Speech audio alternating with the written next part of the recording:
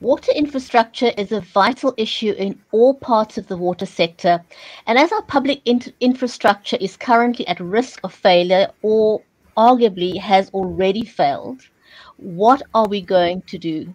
Lack of water infrastructure or the poor management of water resources can result in economic water scarcity, and that affects the economic infrastructure of other sectors. Stay with us for this conversation with the South African Water Chamber. We'll be right back.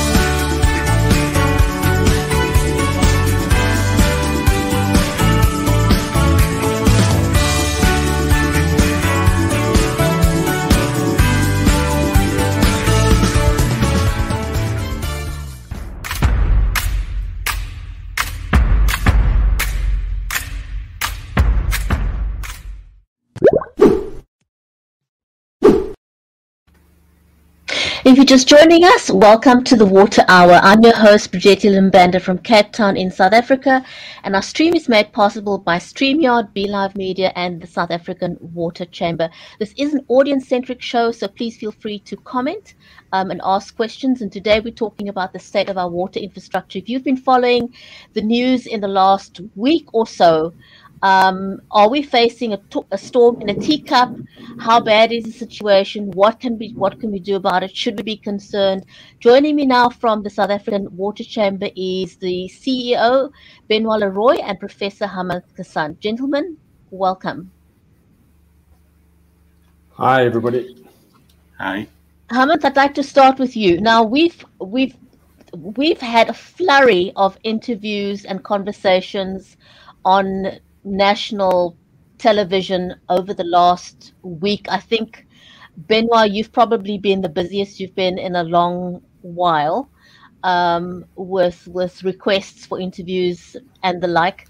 Now, breaking today was an announcement that the water crisis could only see some relief in 2027, and that we need more dams. Is that what we need? Is that going to solve the situation? Can we start with just an analysis of where we are at the moment? Hamanth, can I ask you, do we have a lack of dams? Do we have a lack of expertise? Let's just start with that. Well, thank you very much, Brigitte. So let me start like this. There are different challenges with many similarities in different parts of South Africa. On the one hand, we've got Nelson Mandela Bay, and we've spent quite a lot of time talking about the Nelson Mandela Bay challenge, where they approached the so-called day zero because the dams went down in the level and quantity of water there. On the other hand, you have the KwaZulu-Natal problem, which was sadly the experience of flood, etc. But the infrastructure challenges, when you examine what is actually happening there, is the infrastructure was not in good shape prior to the flood. So the flood exacerbated the situation, sure enough, but at the same time, the notion of dams in KwaZulu-Natal, as you know, that's on the coast, so you have plenty of water in the sea, so to say, there. Similarly, in the Nelson Mandela Bay area, despite the fact that they ran out of water in the dams that they were using. Now let's come closer home, which is for some of us, which is Gauteng, right? The situation in Gauteng, the Vaal Dam level is in the region of 94%. So it's well known and receives its water ultimately from Lesotho Highlands via a number of channels and through other dams like the Stadfontein Dam, which is a much deeper dam, so it can store more water than the Vaal Dam, although the surface area of the Val Dam is much larger. So the rate of transpiration and water loss in the Val Dam is higher. So strategically, South Africa has always kept its water in the Sterkfontein Dam. So the bottom line here is we have water in the Val Dam, right? So building another dam, is it going to solve the problem in the Gauteng area? I'm not so sure, because if the Val Dam is 94% full, on the one hand, it shows we have sufficient resource. On the other hand, we import the water from Lesotho Highlands, and I think we've also discussed in the past that the Lesotho Highlands Phase 2 project has been delayed by several years for many reasons we've talked about in the past.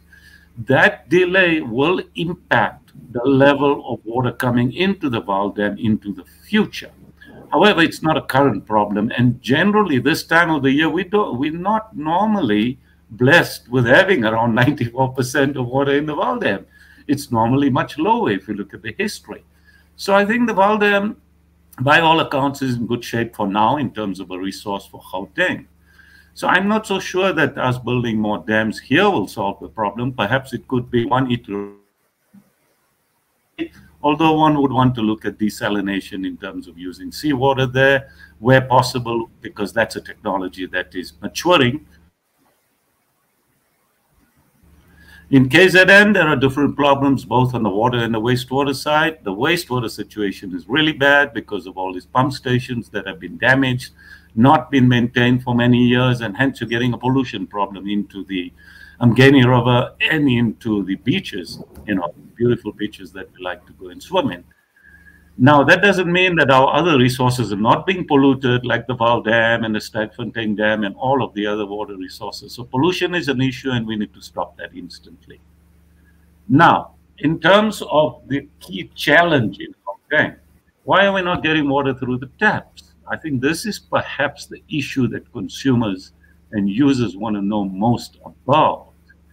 So in my analysis, the situation, and Benoit can comment sure at a point in time in Gauteng, where the big problem is right now, or we've been experiencing this for the past couple of weeks, is that the major utility, which is Rand Water, a large utility which supplies water as a wholesaler to the retail sector, which is the municipalities, of which there is about 17 of them that are supplied by Rand Water, the biggest being Johannesburg, right? So Rand Water abstracts the water from the Val Dam, it purifies it through 2 treatment plants, one in Vereniging and the other one called Suikerbos, both in the south of Johannesburg. Between these 2, they produce in the region at maximum in the region of 4,800 million liters per day. Now, that is assuming that both those plants are running at 100% capacity and that there's nothing wrong with the infrastructure in those plants, and there's no maintenance that is occurring, and everything is firing like a well-oiled machine. You would probably get in the region of 4,800, perhaps if you push it 4,900, which is not the best thing to do because you need to be maintaining infrastructure as well. Given that they may well be operating at that level, why are we still running out of water in the taps? Well, a number of factors came into play here. I think that there was some degree of exacerbation of the problem through the load shedding issues, which does impact on pumping because we need power to pump water. Okay, but that's an intermittent problem that occurs because Rand Water is the last resort in terms of load shedding. Wherever they are being supplied directly from Eskom, they should not be experiencing load shedding per se, but they could be impacted through municipalities that may be supplying some of the pumps or some of their stations along the route. So that's one issue.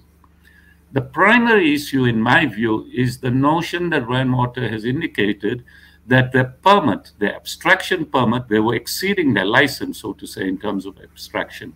That was quickly changed, as I read in the media, by the minister saying, fine, for the next 9 months, you can abstract the water that you think you require in order to purify and provide water with an unseeming amount of supply, hypothetically.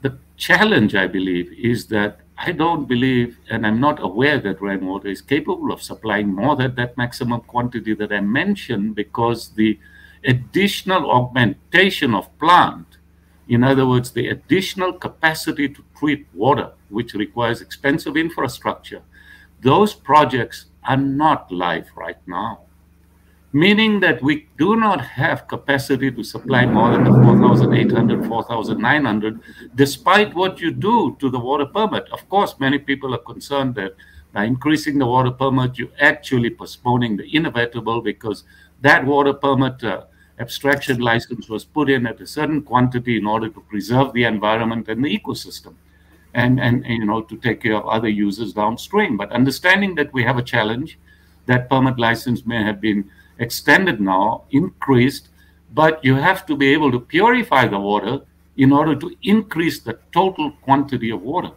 So that total quantity of water, one is not sure that we will be able to increase that, firstly.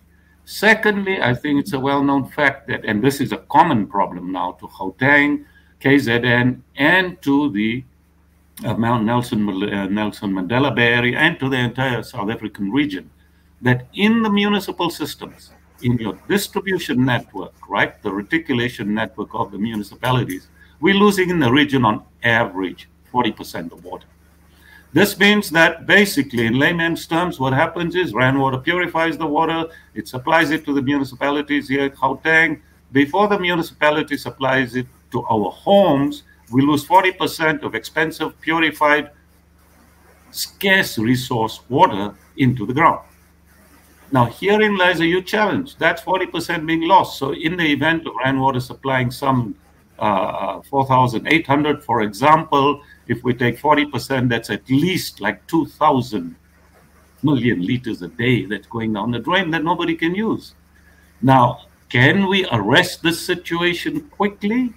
Therein lies the huge challenge for South Africa. The global experience demonstrates that, yes, you can arrest this challenge, but you cannot do it overnight.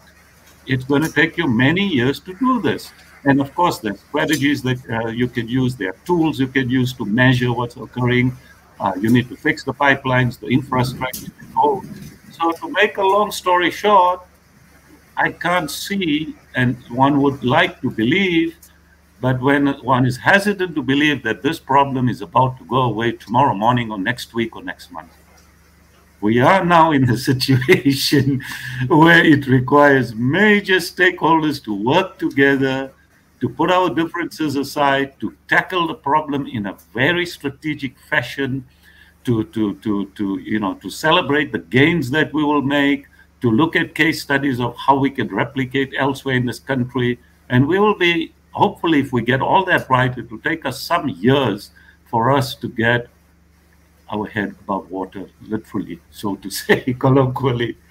So that's my analysis at this point of the situation. I'm not intending to paint a bleak picture, but being a scientist and an engineer and a water expert, it's my responsibility to analyze the situation for what it is and put it out there to our viewers, our listeners, and the public, so that we begin to understand that this problem was not created last week, nor last month, nor last year. It takes many years to create a problem of this nature because your infrastructure was not maintained, your planning perhaps was good, but your execution was not good in terms of your long-term sustainability of water supply and water security. So a number of things are not in place, which leads to a current problem. And as Sam has defined, it's like a cocktail of issues that are currently happening simultaneously. And hence, we are where we really don't want to be today with a problem of this nature. Sorry for the long answer, but in a nutshell, that's what I think the story is. Wow. Benoit, over to you.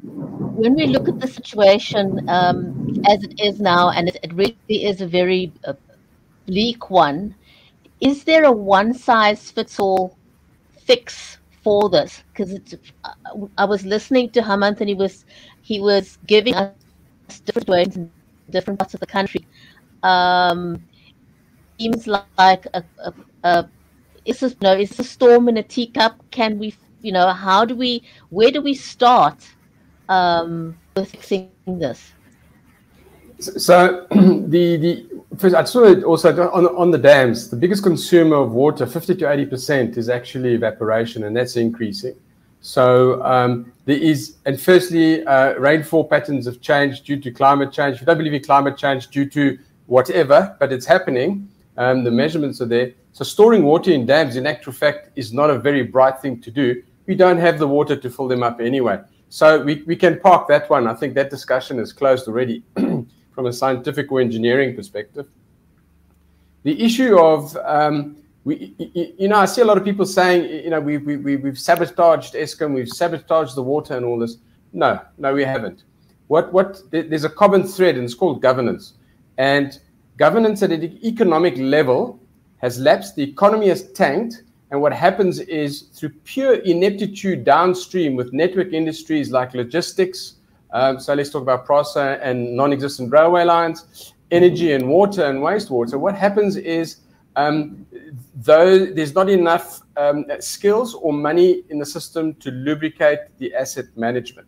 So what's common to all of our cities, and the small towns are far worse than this. There's 100, 150 who do not have water 7 days a week. Okay, it doesn't make the news anymore. People are in South African terms, hurtful. It doesn't sell anymore because it's a norm. And this has been carrying on for 20 years already. So it's a slow onset disaster. And so what's common is that the retail network, so the water conveyance system and the sanitation, because 70% what comes in water goes out as sewage, is in actual fact past its sell-by date. Okay, by 20 to 30 years, and in Joburg, even more. A lot of the infrastructure is in actual fact 50 to 100 years old. If you maintain it properly, you can keep it going for 40, 50 before you're going to replace it. We have not done that. Okay, so no use having excuses. That's where we actually sit. So there's a common thread. The reality is going to take 10 to 20 years to fix up. If we can say in Johannesburg, for example, where the arrears is 23 billion, and they said we're going to try and fix it in 10 years. We're going to spend 2.3 billion a year. That means we must double the price of water straight away, because they're spending just under $1 billion a year, or around about $1 billion, because their multi-year budget, so over a 3-year cycle, is 3 billion, 3.3 billion. So it's R1 billion a year. We're going to spend two and a half times that. So that money doesn't come. Government doesn't have money. It's our money. Okay, so it comes from there. Now, then we'll say, well, why has Cape Town not got the same issue? Well, because the money goes to the right places. That's the first thing. And secondly, because more people pay. So on average in South Africa, 59% of households don't pay. Not my number, Stats SA's number. And it's a number of this year. So 41% are carrying the load. Not going to work. I'm sorry, it cannot work. Now, money is moving to the Western Cape. Forget why it's moving to the Western Cape. It's moving to the Western Cape. And what's happening is that money is in actual fact lubricating basic infrastructure and services, and that's why you see no potholes. Okay, now potholes are really a symptom of serious ills, and in actual fact, once a road develops potholes, you've got to redo that road. But the road is supposed to be resurfaced, scoured and resurfaced every 4 to 5 years. We haven't done that in 20 years. It's embarrassing where I live in Ekurhuleni what the roads are like. So we've resurfaced our own roads, but now we don't have any more money to carry on. Okay, but we've paid our rates and taxes and like. So we need money in the system. That's the first thing. And we've got to start. We've got a master plan that says our arrears is 900 billion in 2018 in this country. That's double the debt of Eskom. Eskom's bankrupt. So one could argue that our cities are bankrupt. The reality is they are bankrupt. Okay, by law they have to balance their budget. So what happens is we'll cut the water, we'll cut the wastewater spending, etc., and we balance our books that way. Chickens come home to roost. Now, this is it's a straightforward numbers game. So we've got this common problem. It hit Joburg because of the perfect storm. And there's one thing I've got to mention is that water delivery systems are designed worldwide to have a minimum of 48 hours storage in them.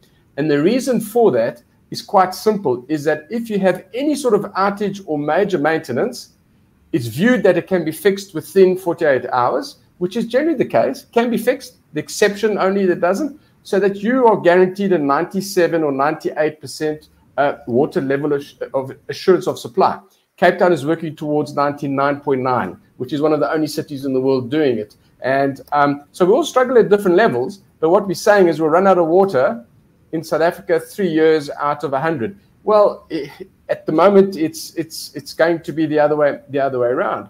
So we don't have that 48 hours residence time in most of our metros because we've added consumers, and Gauteng has gone from 7-8 million to 16.5 million, okay, in a period of a decade and a half to 2 decades.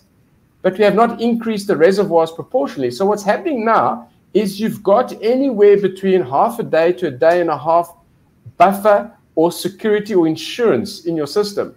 So now if you add a hot day, and Rand Water, it's not a Rand Water issue, okay? Rand Water provides the bulk, and Rand Water is a national key point, and it's provided, as Hamanth says, generally speaking, straight from Eskom. And they're very big pump stations also. But they also do have breakdowns, and they had a breakdown last week at the same time when we had massive load shedding. We don't have residence time. The system runs dry. It's made to be wet, okay? It cannot run dry. So when it runs dry, air it gets in, you start recharging the system, you burst everything. Okay, so now instead of 4 leaks on a kilometer a week, you're getting 16. The next week's going to be 16 times 16 and the likes. Now you're going to replace those pipes, but there aren't any in the country because there's no steel. Okay, and the trains can't deliver. And so you got this perfect storm, and it just happened to take place on we had a few hot days, and I mean, our gardens were fried. So it was really, really hot day. And so with the load shedding and the low residence or buffer time that we have in our reservoirs, we weren't able to fill the systems up. And Rand Water has a minor hiccup in normal terms, everything falls over.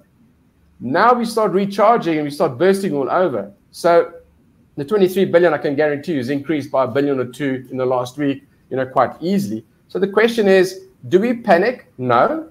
And, we need to have a central point of truth in all this. We need to have the 3 spheres of government saying the same thing. They're not.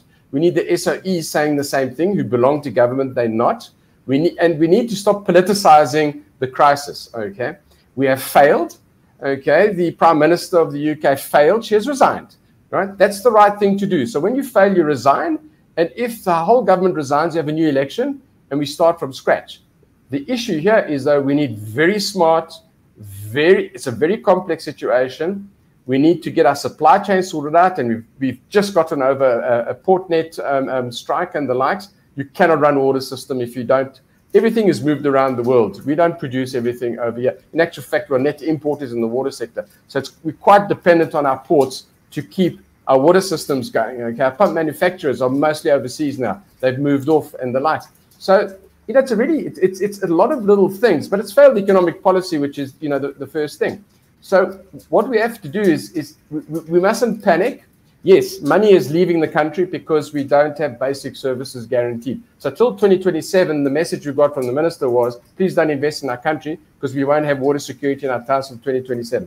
I'm sorry, but that statement has to be retracted because that's not what we need to tell. We've got a problem. We know, everybody knows. It's not like electricity we could fix in 3 to 5 years. This is going to be 5, 10, 15 years from when we start. And this is what we're going to do. We all say the same thing. We sing from the same hymn sheet. And what we start doing is identifying where the major issues are. And I'm going towards a digitization route, okay, so that we start smartening up the networks, because from a human perspective, there's just too much to do. And what we do is we start then focusing and rifle shotting where we need to replace infrastructure. And unfortunately, those who pay are going to be paying much, much more. So if you think electricity is expensive, water's gone up by 1,450%, I think, in the last 10 years.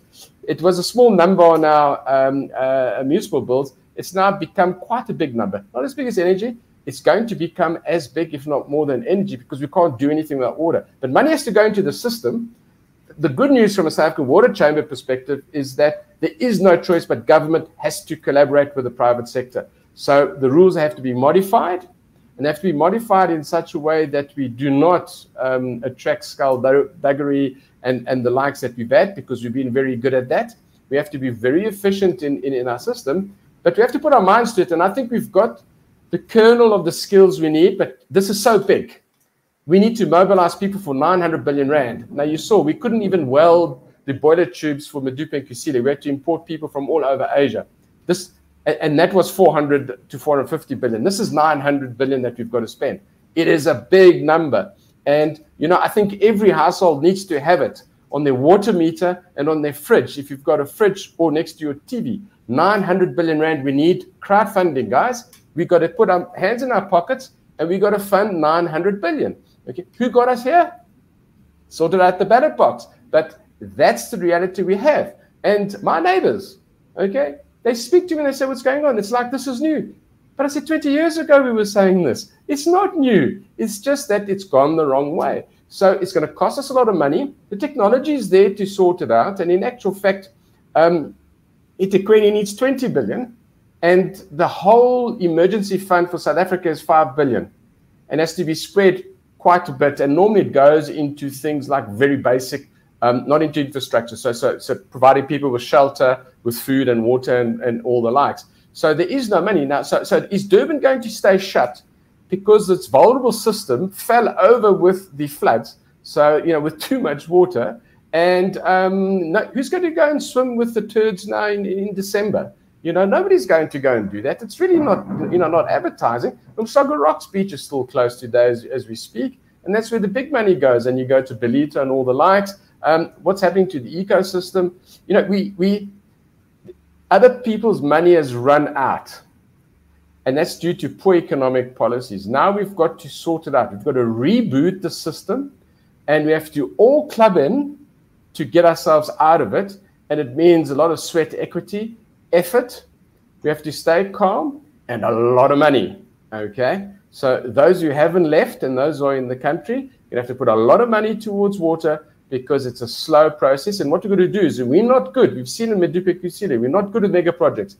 We're going to have to import some very, very skilled project management people to be able, not engineers, project management people, to be able to use the latest supply chain management and project management office strategies so that we can start expediting this. Yes, they're expensive, but we can't afford not to do it.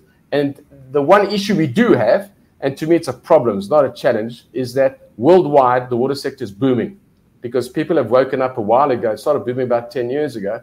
So people flow towards good opportunities, safe, secure environment, and a reasonable income. So we're going to have to compete in that. And believe you me, with the rand at 18.36 to the dollar, it's going to be quite expensive. But we have to do that. So instead of spending money on bloated civil service and 3 times the employees we need in Eskom and 3 to 4 times the amount of councils we have in local government, we're going to have to put it in fixing infrastructure, water and energy at the same time. They're really interlinked, so we can't really separate them, and we can't do one without the other. They're totally interlinked, and our systems are not designed to operate under electrical load shedding. A lot of people are asking the question, but why? Our systems are all designed to run 24/7, 365 days. They weren't designed not to run. And because of the issues we have, we're now in a situation where it's intermittent supply, and no town planner in the world designs around that. Ukraine today, in the last week, 30% of their power stations were destroyed. They don't have load shedding, and their trains, still running. They've got a full-blown war. So, we've got to contextualize it. So we're at war with ourselves internally here, and we're in a very, very bad pickle. And we need to get ourselves out of that pickle. And at the same time, we have to attract tourism and various investments and the likes. It just gets a bit more difficult. And for me, that makes me very uncomfortable from my selfish perspective, because, how do you survive if you can't trade with the world because you don't have water to run your factories and water for employees and staff and the likes? Government needs water also. So, yeah, I think we've got the wake-up call, and let's take the good side of it, and let's get in boots and all and get our hands dirty and wet. Hamanth, given that Gauteng doesn't have access to, or desalination is not an option in Gauteng because it doesn't have access to seawater there. What are the risks of total failure? Well, the process that's been used by Rainwater, which is the big utility that supplies much of Gauteng. There are others too, but Rainwater is the largest one here in the Gauteng region. They don't use desalination. They use a classical treatment process, which is capable of treating properly the water from the Val Dam on the basis that it does not get polluted. Now, herein lies another challenge, because the rate of pollution of the Vaal Dam is increasing. And that has to stop. Because if that water gets more polluted, the current process and the technology being used at rainwater to supply the water it currently supplies will not suffice to remove some of the bad compounds that come through with the pollution. And hence, it's going to cost you a lot more money to replace the technology. And that also takes time. And time is something we don't have in South Africa at this point in time. So really, you need to sort that pollution element out. So I don't see a need at this stage for desalination. In addition, the plans for the additional infrastructure to be able to supply at least another 600 to 800 megaliters a day, those plans were well put in place. It's just that that infrastructure has not been built yet for many reasons. Now, with that infrastructure not in place, and we assume that downstream we will also get a permit to abstract that quantity more water from the Vaal Dam, and we also assume that the Lesotho Highland scheme, which is delayed, will kick in timeously, so we have access to that additional water as a resource to put through the new infrastructure when it's built, on the one hand. But see, all that money that's being spent on that additional infrastructure would not have been required. If you do the numbers and if you reduce the leakage from 40% to 10%, you would not need to augment that infrastructure with billions of rands by saving that quantum of water. So we are on a lose-lose situation here. We're trying to spend the additional amount of money to put in the new plant to purify the water. In the meanwhile, we're not abating the 41%, the leaking bucket syndrome, which is still costing us more money. These two things can't be happening simultaneously. The cost to South Africa is just too high. It's way too high. So we have to tackle this problem now simultaneously on various fronts. Not only the energy, but on the water side, we need to go to the resource. We need to stop the pollution. Then we need to look at the infrastructure in the utilities, which are the bulk utilities, the wholesalers, so to say. Then we need to look at the municipalities. Now, unfortunately, as Benoit has indicated, these municipalities and the utilities fall under different ministries in the same government. And this doesn't augur well for an integrated approach to solve a problem. Now, you know, the global experience again demonstrates that if you have the entire value chain under one government ministry, then you have a clear picture and you have the control and the ability for you to shape up each segment of the value chain so that 1 + 1 then can become equal to 3. You get the multiplier effect. At this stage, we're not getting it because I don't know that they're collaborating as well as they should. And you know, are all the parties talking around the table? I'm aware that there would have been a so-called war room set up. You know, that's an interesting notion that we have to declare war when we have a problem. I mean, we have a water supply problem. We have an energy problem. We're not in combat mode here. The mode that we're in is to seek solutions. So I know that there is a type of a war room setup that's been set up, say, at Rainwater, where they would be liaising with all of the customers, which are the municipalities, so that they would be saying to Johannesburg, okay, we can supply you X amount of water and not Y, which is what we have been supplying. Now, how are you going to make good with X to make sure that your entire population of Johannesburg, there's no segment that runs dry? Remember, you have high-lying areas, you have low-lying areas. That is a particular skill that is required in the municipal sector. Those are not skills that are easily available. For you to have that acumen to reconfigure your system, the technology has to be up to speed for you to reconfigure, for you to open pumps, close pumps. By and large, we're working on mechanical pumps. We're working on mechanical systems. And so there is also a danger when you keep opening and closing these valves, etc., that you could cause damage. The system in rainwater, which is about 120 years old roughly, was never, ever designed for intermittent supply. No municipal network in South Africa was designed for intermittent supply. The word intermittent has only arisen recently during this crisis. It's sad to say that in my knowledge of the water sector in South Africa was proud of the notion that it was a 24/7 supplier of world-class quality water. That was my function at Rainwater.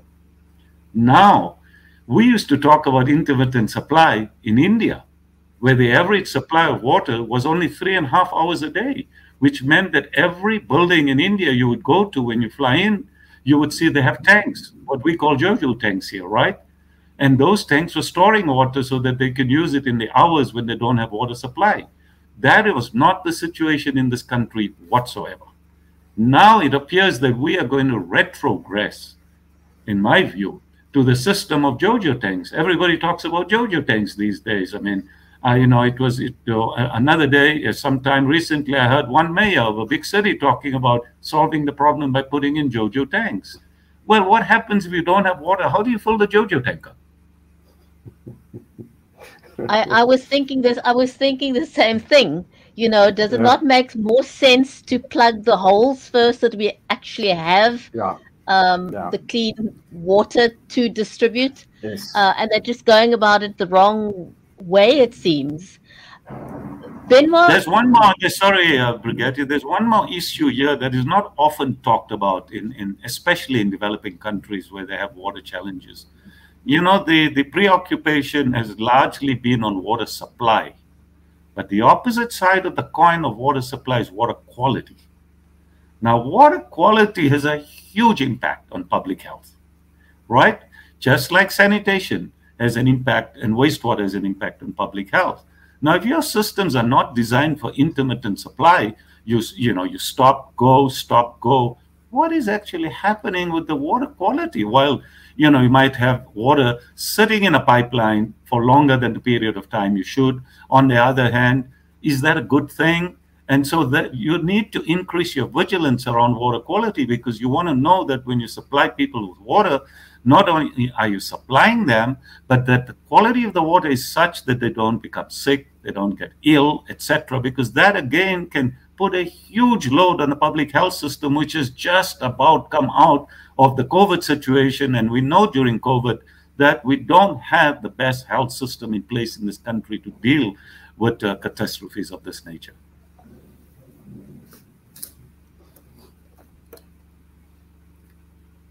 So, it might sound like a sad story, but this is the reality of the ground. The water business is a complex business. You're in the health business here. Yeah. Oh, my goodness. So Jacques made an interesting comment here, but we've previously discussed that we don't have an issue with technical qualifications, or we don't have a lack of skills. And this is a bit of a long comment, so I'll read it. He says he's been to a municipality water plant in the Western Cape, and he was amazed that the person responsible for the clean water does not have a service or maintenance schedule. He's been working on that plant for 8 years with zero training to backwash the plant, to do maintenance. He says, but they're not trying to fix what they have. They should train people to have clean. I'm not sure that this comment holds much validation. I think the city of Cape Town has got a pretty good record. Am I correct? We just discussed that. Look, when it comes to the skills, let me quickly comment on that particular dimension that has been raised. Recently we know that the blue drop and the green drop reports were released, and those reports indicated clearly what is the status and the condition of water infrastructure on the one hand and wastewater infrastructure. One of the requirements by law is that the people that operate the water treatment plants, the water treatment operators, need to have certain qualifications. Yeah. And that is embedded into the green drop process of assessment. Now, one has to say that we're not where we should be. We are really not where we should be with the skills there, if you look at those reports. So in some areas, and as Benoit pointed out, especially in the smaller towns and cities, etc., the skill level is not where it should be. I mean, but we need to move speedily to fix this. I don't know that we've been doing enough, fast enough to get this done. Because in some countries in the world, the skill levels are very high. If you go to Singapore, if you go to some of the more developed economies of the world, like Korea, etc., you'll have people with honors and master's degrees that are performing those functions. But again, technologically, they're more advanced there. And then they sit in control rooms. They know exactly what's going on. They're giving decision-making powers, etc. Out here, that's not our situation. And sometimes these folks, despite whether they have the skills or not, they need to make decisions like, should they add more chemical? Should they not add more chemical? Do they have enough chlorine available in order to disinfect water? Perhaps they run out of chlorine, and therefore you don't get disinfection in moments in time, etc. These are realities. These are realities, but they need to be tackled. So at the operator level, yes, we need to ensure we have the right skills and the right people looking after us, because water is a public health issue on the one hand. On the other hand, we need great planning engineers, we need great project managers, but all of this requires the right culture.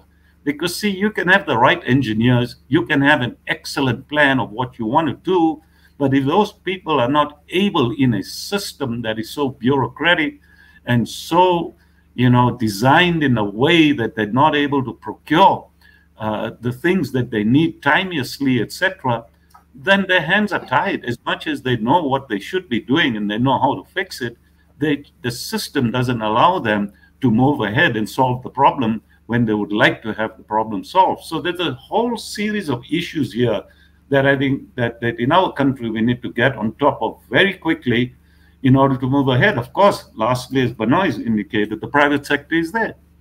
The private sector is supposed to be there. They're supposed to be skilled as well, and they're supposed to have acumen to come in and help.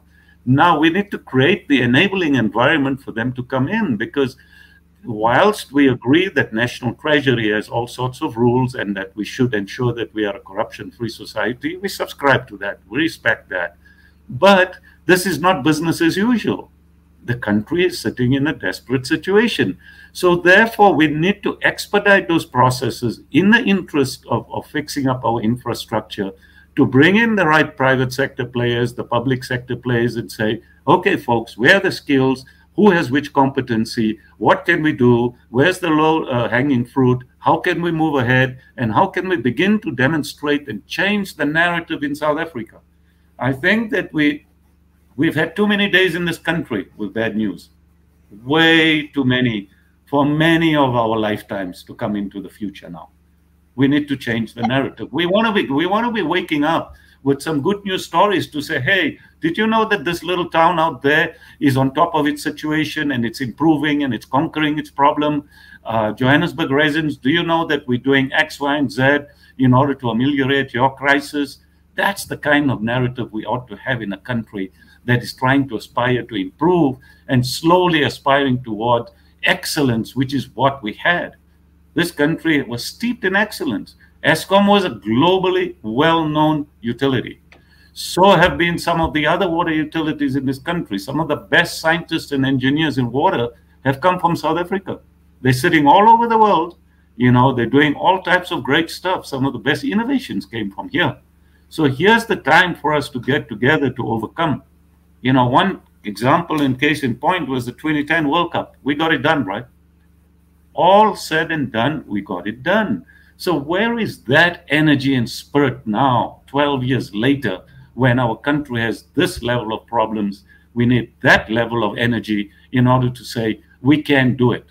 Let's sit around the table together and let's innovate the plan and let's move step by step with small victories and let's give people good news to celebrate. Thanks. Thanks very much. And so, Benoit, you always say that, we shouldn't let a good crisis go to waste. What opportunities does this crisis offer the private sector? How can they step in and help, and what will it take to make that happen? Well, those who allowed it to happen cannot fix it. So by definition, government is overwhelmed and cannot fix it. Definitely not on its own. So, governments are there to govern. And, the gentleman there, Jacques, talking about, it's a governance lapse. Every plant has a license and you have classified operators from 0 to 6 or 7, etc., depending on their size and complexity and the likes. Why has the regulator allowed these plants to have unqualified people, for example? So the Blue and Green Drop report shows us that 97% of the plants do not do not comply. So the opportunity from a business perspective is the 900 billion rand in 2018 money. So it's way over R1 trillion now. But I think the number was understated probably by 50% purely because the networks are underground and all the likes. And now if we go and dig in and take stock properly, we're going to find that there's 2 to 3 trillion rands worth of water infrastructure that has to be reinstated, not replaced, reinstated. Replacing it is much more. But put a multiplier of 4 onto that, okay? So we've got 8 to 12 billion, R1 trillion rands worth of economic GDP value add. So it has to be done, in a very, let's say, smart way, appropriate way, and we don't want a Zondo commission after this. But this is really, really big money. So the private sector and money will flow where the returns are the best. And there's, international money. There's a lot of international money that is earmarked for Africa and the likes. Unfortunately, we have a bad reputation, and we need the Zondo Commission outcomes to be implemented to try and overcome that, because one of the realities we have in the water sector is a lot of the multinationals are very wary about coming back into South Africa. And it's one of the things we've been trying to deal with. But I'm sure we can overcome that and get our credit rating up, and the likes. So there's a huge opportunity. But also this week, the reindustrialization master plan for water and sanitation was released by TIPS on behalf of DTIC. And we as a chamber worked in with a lot of stakeholders there. What it shows is that on the back of this master plan, and now let's say we've got a catalyst with the issues and the problems that have surfaced in the last couple of weeks, is that there's an opportunity to reindustrialize so that we can become net exporters of the components that go into the water value chain. At the moment, we are net importers, and in many things, including the water sector. We used to export technology, valves, taps, pipes, tanks, finished systems. Now we import virtually everything, not piping and tanks, but virtually everything. And that's got to reverse itself. So there's an opportunity to reindustrialize. But I'm not going to build my factory here and invest 100 million rand, for example, which is not a lot of money in euros or dollars these days. I'm not going to do that if I know that there isn't a reasonable security around our water and energy and labor and logistics. I've got to bring my raw materials through ports and all the likes. So, that's what we call them network industries. They aren't singular. They are connected to everything. So we need water security to get water security back in. We need a basic water security. The difference with water is no substitute, whereas with the energy there are. So there's really huge opportunity. So we're sitting on a cliff where we could fall down or we could go up and we could rebuild ourselves. Unfortunately, the country needs to change its governance structure, its procurement architecture. And, we also need to start believing in ourselves. And, we just can't have this discount nonsense, for example, that we've had there. And I don't say that with any apologies. Okay, you deserve everything that you're getting. We need to have that nonsense out, because that doesn't do any good for reinstating the faith in people here and people from outside towards inside, So we've got a lot of work to do. We've got a lot of PR work to do, but we've got to get our ports going again. We've got to get our electricity sorted out. And the water can be one of the rebuilding pillars, a Marshall Plan. We've been decimated by 3 decades of internal warfare, economic warfare and sabotage. We have to rebuild it now because we know we have to. And I think there's enough people who want to do that. And, the water sector has been damaged for 3 decades. The first decade of my life was really good. And then it went into purgatory. In the last 2 decades, we just pulled out of it, went into other businesses because it just was no investment from government that made it worthwhile. But, the sector is nearly 200 billion rand a year. It's a big sector.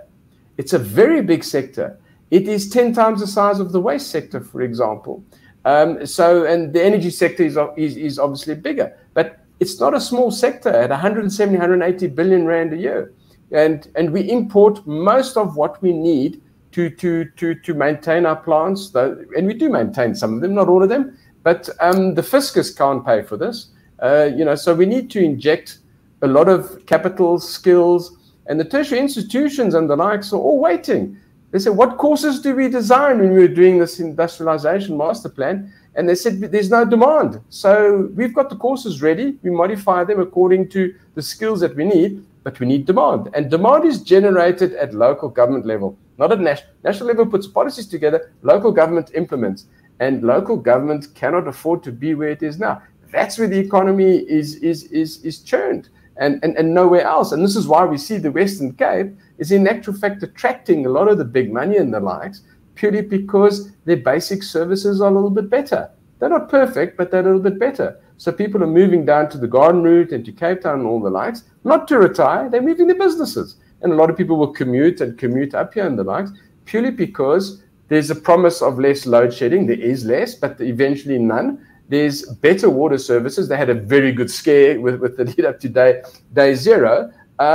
So, in the end, basic services is what attracts, investment and economic activity. So we really, people said that Eskom's too big to fail. It failed. It's bankrupt. It got injected 40 billion last year to pay its interest bill. It's bankrupt, okay? The water sector is bankrupt, and we have to recapitalize it. And I think, because the taps are running dry, people are starting to realize that maybe there's truth in it. Our cities are really stretched. So it's got nothing to do with population growth and all that. Everybody must pay the bit. Food is a human right. It's not for free. Water is a human right. It shouldn't be for free. And that's one of the killers that we have. But the leaking bucket syndrome is our biggest problem. And that's really an investment and governance and management issue. And I believe we can overcome that. I believe we really can. Comes to getting a hold of water from various resources, the Sutuhanans and all the likes, and producing good water, as long as it's not too polluted, I think that we're quite good at. But it's no use delivering it to a leaking bucket. That is criminal. If we take away that 40% and take it down to less than 10%, 5 would be excellent. 15 is sort of acceptable. 10 would be really good. What happens is we've got enough water going forward for everybody, and everybody pays the bit on a sliding scale, and the rich do subsidize the poor. That's how it works worldwide. Okay, but everybody pays. There's very few countries in the world where purified water of a good standard is for free. It isn't for free, and the sewage has to be treated also. So unless everybody working in the sector wants to work for nothing, somebody has to pay for it, and there's just not enough people paying for it.